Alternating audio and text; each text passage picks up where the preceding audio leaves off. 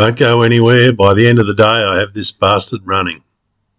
And even more good news to top it off.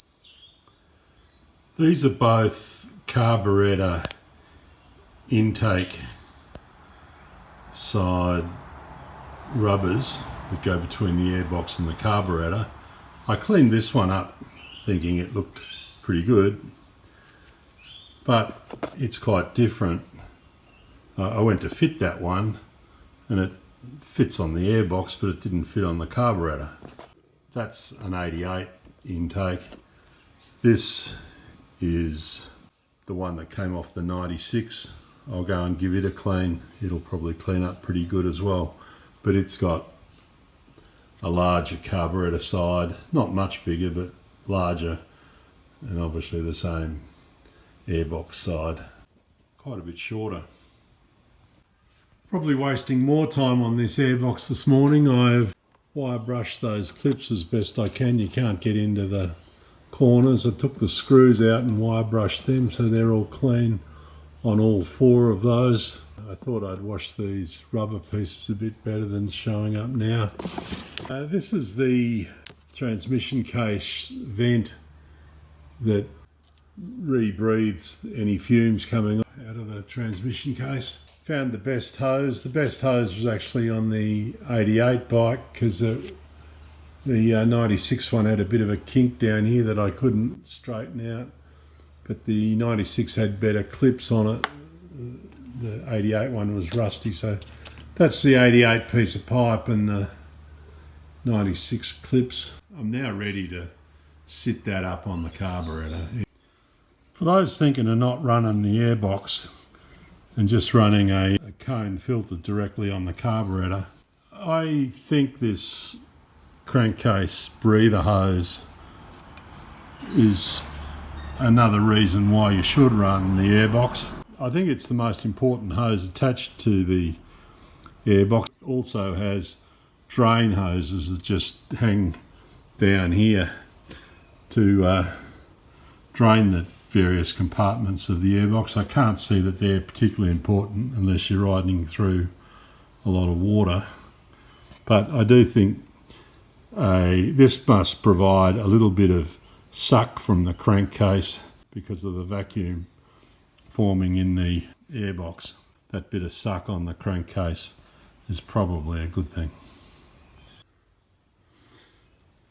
So that's the airbox on.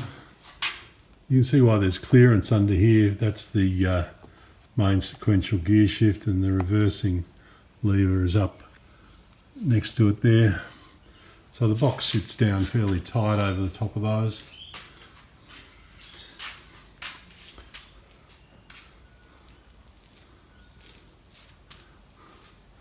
These are my temporary throttle and choke cables.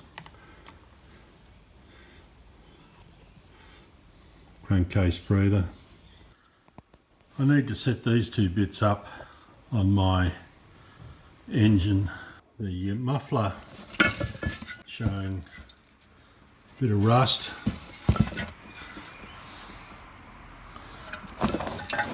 Typical worn out holes in the bottom there, but a completely blown out back hole there, and even the tube inside there is floating around, so that could be quite a rattly mock-up. And that's the front pipe. I can't really see a problem with it. I'm just going to run both of them on the wire wheel here and see whether I can make much of a difference. Time at the grinder or the wire wheel ain't my favourite way of spending time. I'm going to cut a lot of this end pipe off, so I couldn't concentrate too much on it. There's a ring around that end cover, couldn't get the wheel into, and there's sections where the rust is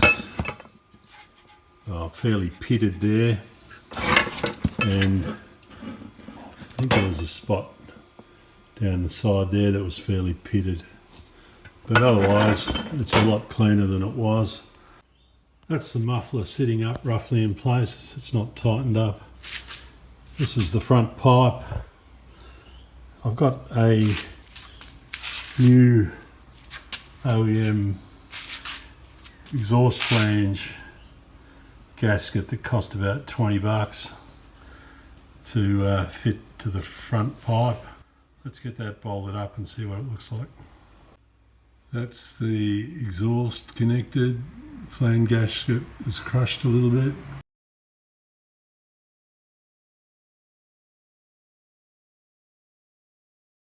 There's no new gasket between these two pipes. I polished up the bolt. The rear muffler's attached by a bolt here and one on the other side.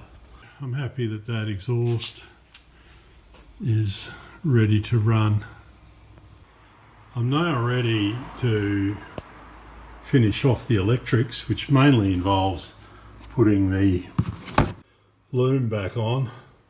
I've got a new voltage regulator there that the green Koorlong bike, or the one I now call Abigail, didn't have a voltage regulator on it. So I ordered that one in. It was under $20. The loom and that voltage reg hooked up, and see whether the starter motor will turn it over, which I know it will, and that we're getting a spark.